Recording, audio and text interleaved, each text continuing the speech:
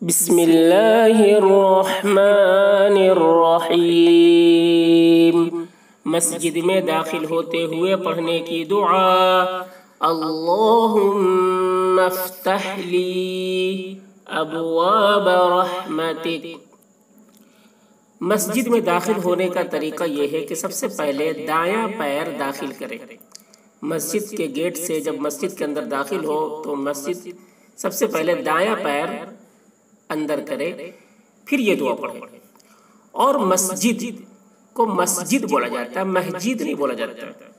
بہت سارے لوگ مسجد بولتے ہیں، تو مسجد نہیں ہوتا ہے، مسجد ہے نا۔ مسجد کے معنی سجدہ کرنے کی جگہ، سجدہ کرنے کی جگہ۔ مسجد میں داخل ہوتے ہوئے یہ دعا پڑھیں۔